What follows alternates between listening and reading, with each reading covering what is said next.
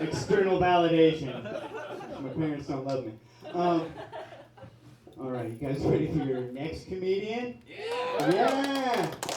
This next guy, I like him a lot. We play D&D together. Let's give it up for Chris Rahe, everyone! All right, guys, how you doing? All right. Bad news, I do not have any incest jokes. I hope you guys are all right with that. My name's Chris, like he said. I'll just tell you a little bit about myself. I've been married for 20 years.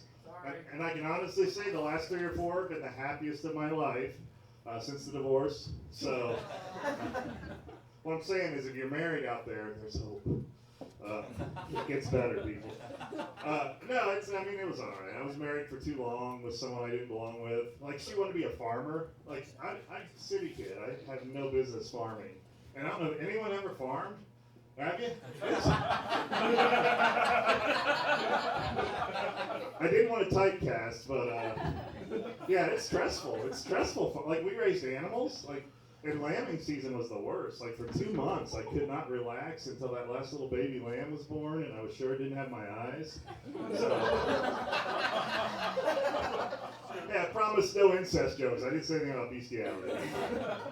So, yeah. No, it was weird. We went to marriage counseling. I don't know if anyone's ever done that. You don't have to raise your hand.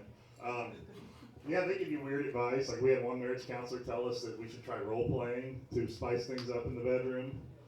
She didn't realize what a fucking nerd I am, like Mike said. Like, my wife shows up dressed like a sexy nurse, and I just bring in my 20-sided dice and my Dungeons and Dragons player handbook. So, yeah. And she didn't even catch on at first. She thought I was being kinky when I called myself the Dungeon Master. So, yeah. It wasn't until I started talking about an angry dragon that she was done. That was it. Oh, couple, okay. I don't get a lot of laughs at that joke, but I keep it in so I know who the real perverts are. So. The rest of you can Google Angry Dragon sometime, but do not use your work computer, trust me on that. So, yeah. So we went to another marriage counselor, because that obviously wasn't working out so well. And this one told me specifically I should focus on romantic foreplay. And I knew the marriage was over, but I'm a team player, so I got home that night, sprinkled some rose petals on my mouse pad before I hit private browse. So it was cool. It didn't help the marriage any, but... So yeah, so now I'm dating. That's kind of crazy. I don't know. Dating, like, I literally was married for 20 years, so dating's so much different now. Like I've been ghosted so many times lately. My new favorite dating app is just a Ouija board. Just put your little thing on the, what do they call that thing? I forget, the planchette or something. You up? And I always get the same answer. It's always like, new ether, who dis? Oh, it's rough. And then, yeah, Mike was talking about abortion. This isn't even a joke. This is just a true story. But not too long ago, I ran into an ex-girlfriend at the abortion clinic. Both were bringing our daughters in, so yeah, that's always a good time. So yeah, like I said, that's not even a joke. That's just a story.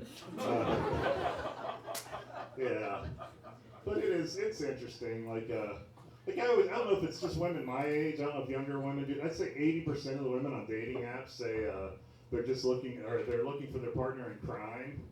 But then when I ask them if they know how to pick a lock or crack a safe or can do any second story work, they act like I'm kind of crazy.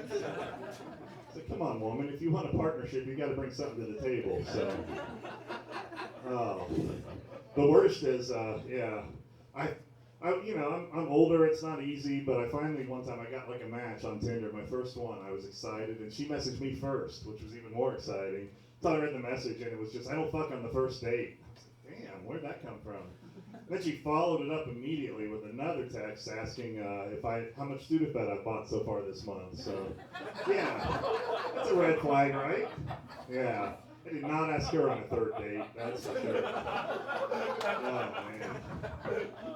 So, yeah, it's tough. It's tough getting older. I mean, dating's hard, but other things are hard. Like, just to back up a minute, I remember when I was a little kid, like maybe third grade, had my first ever sports physical, where you have to go into this, you see this doctor that you've never seen before, you have to drop your pants and turn your head and cough, and at the time, I naively thought that was the most awkward a doctor visit was ever going to be in my life.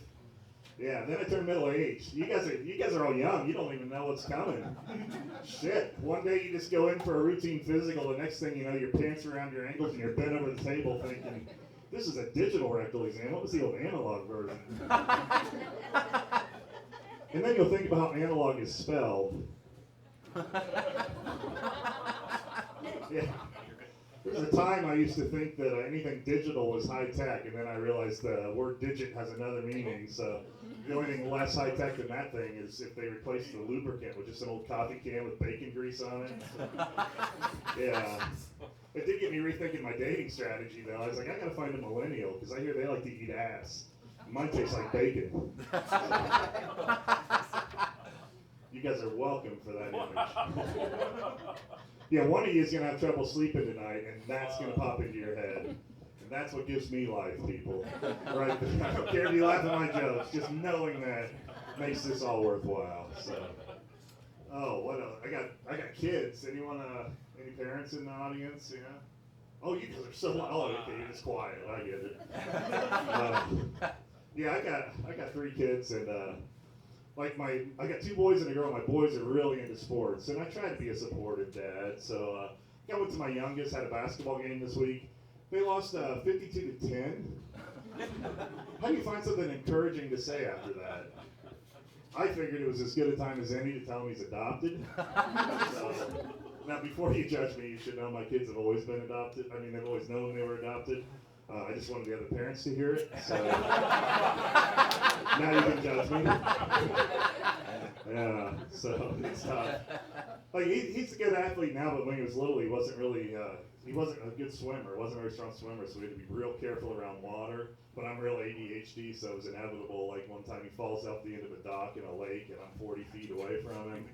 So it took me, like he was all the way underwater by the time I got there, but I was able to pull him out and stick him in a bag of rice, so. I mean, it was cool. I took him out the next morning. He remembered our phone numbers. Everything was cool.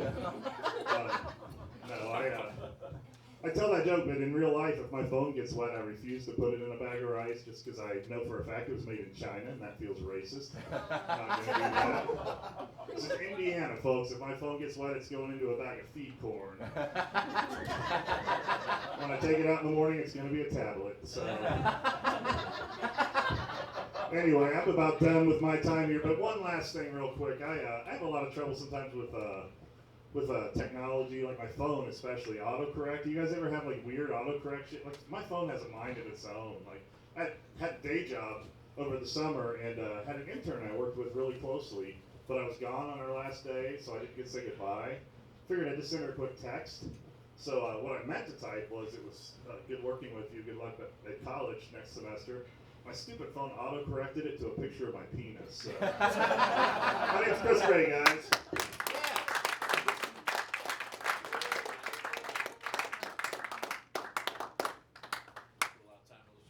Keep going for Chris Rahe!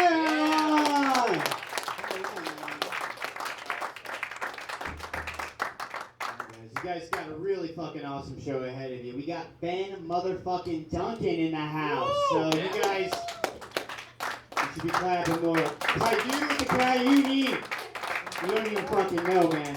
These your people. I'm your people too. We're gonna do this, comrade. We got a co-headlining special event. We also got Wes motherfucking Williams in the house. Yeah. All from Colorado, man. They left a state where you can smoke weed in the street freely. And they're talking about letting you do the same thing with mushrooms.